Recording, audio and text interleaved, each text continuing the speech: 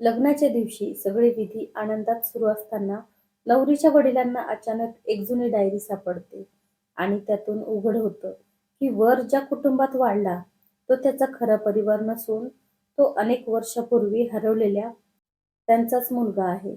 त्यामुळे आनंदाच्या क्षणी नात्याचा, ओळखीचा, प्रेमाचा, त्यागाचा आणि सत्याचा असा भावनिक प्रवास सुरू होतो, जो दोन्ही कुटुंबांचे आयुष्य कायमचे बदलून टाकतो. डायरीतील शेवटचं पान उघडताच संपूर्ण मंडपात शांतता पसरली. कारण त्यात लिहिलेलं सत्य ऐकून नवरी, वर, दोन्ही कुटुंब आणि उपस्थित प्रत्येकजण हादरून गेला.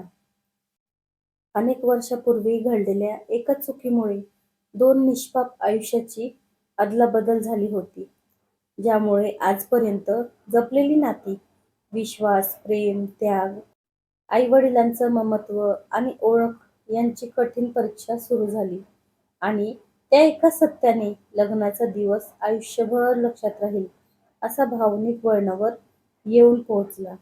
सत्य समोर आल्यानंतर वराने थरथरत्या आवाजात डायरीतील प्रत्येक शब्द मोठ्याने वाचायला सुरुवात केली आणि प्रत्येक पानासोबत 25 वर्षापूर्वी घडलेली रहस्यमय घटना उलगडत गेली. हरवलेलं मूल, पैशासाठी केलेला विश्वासघात, एका आईचं आयुष्यभराचं दुःख आणि एका माणसाने जपलेलं भयंकर गुपित अखेर सर्वांसमोर आलं. नवरीच्या डोळ्यातून अश्रू थांबत नव्हते, तर दोन्ही कुटुंबांना कोण आपलं आणि कोण परकं हेच समजेनासं झालं. पण डायरीत शेवट वाक्य वाचताच सर्वांच्या पायाखालची जमीन सरकली. खरं सत्य अजूनही पूर्ण उघड झालेलं नव्हतं, कारण या रहस्यामागे आणखी एक व्यक्ती जिवंत होती, जी त्या क्षणी लग्न मंडपाच्या बाहेर उभी राहून आत येण्याची वाट पाहत होती. तेवढ्यात मंडपाचा दरवाजा हळूच उघडला आणि पांढऱ्या केसाचा एक वृद्ध आत आला. त्याला पाहताच डायरी वाचणाऱ्या व्यक्तीच्या हातातून डायरी खाली पडली. वृद्धाने शांतपणे सांगितलं, या डायरीत जे लिहिलं आहे ते अर्धवट सत्य आहे. पूर्ण सत्य फक्त माझ्याकडे आहे. त्याने खिशातून एक जुना फोटो, हॉस्पिटलची कागदपत्र आणि एक चांदीचं लहानसं लॉकेट बाहेर काढलं. लॉकेट पाहताच वराच्या गळ्यातील तसंच दुसरं लॉकेट सर्वांच्या नजरेस पडलं. दोन्ही लॉकेट एकत्र जोडताच त्यावर कोरलेली तारीख आणि नाव स्पष्ट दिसू लागलं.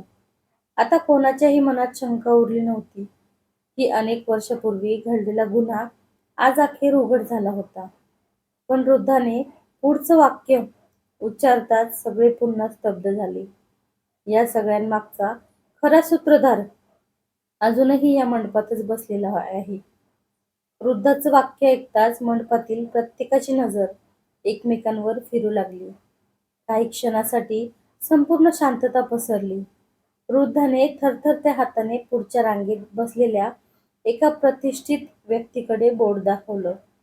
सर्वांना धक्का बसला, कारण तो व्यक्ती दोन्ही कुटुंबाचा सर्वात विश्वासू आणि आदरणीय माणूस होता, ज्याने सुरुवातीला सर्व आरोप फेटाळले. पण वृद्धाने जुनी कागदपत्र, हॉस्पिटलची नोंद, फोटो आणि एका नर्सने लिहिलेलं पत्र समोर ठेवलं.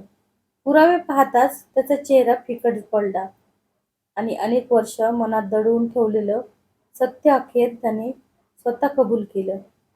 पैशाच्या लालसेपोटी आणि सुडाच्या भावनेतून त्याने दोन नवजात मुलांची अदलाबदल घडवून आणली होती.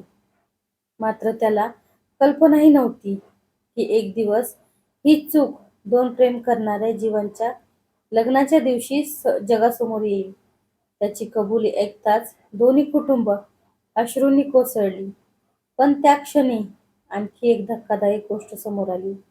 वराची खरी आई अजून जिवंत होती आणि ती गेली अनेक वर्ष आपल्या मुलाचा शोध घेत होती.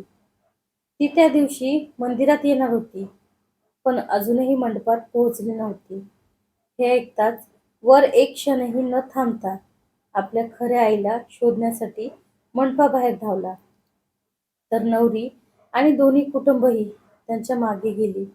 मंदिराच्या पायऱ्यावर एक अशक्त वृद्ध महिला हातात जुनं छायाचित्र आणि देवासमोर पेटलेला दिवा घेऊन शांतपणे प्रार्थना करत बसली होती. वर तिच्या समोर उभा राहताच तिच्या नजरा त्याच्या गळ्यातील लॉकेटकडे गेल्या. थरथरत्या हातांनी तिने आपल्या गळ्यातील तसंच दुसरं लॉकेट त्याला दाखवलं. दोन्ही लॉकेट एकत्र जुळताच तिच्या डोळ्यातून अश्रूचा बांध फुटला. ती रडत म्हणाली, "माझा मुलगा, तू खरोखर परत आलास?" त्या क्षणी वरही तिच्या कुशीत कोसळला. संपूर्ण मंदिरातील वातावरण भावनांनी भारावून गेलं. पण आनंदाचे ते अश्रू फार काळ टिकले नाहीत. कारण त्या महिलेने हळूच एक लिफाफा वराच्या हातात ठेवला आणि म्हणाली, "हा तुझ्या वडिलांनी मरण्यापूर्वी तुझ्यासाठी लिहिलेला आहे. तो वाचलास तर तुला कळेल की तुझ्या जन्मामागचं खरं रहस्य अजूनही कुणालाच माहिती नाही." तर कशी वाटली कथा नक्की कमेंट करून सांगा. भेटू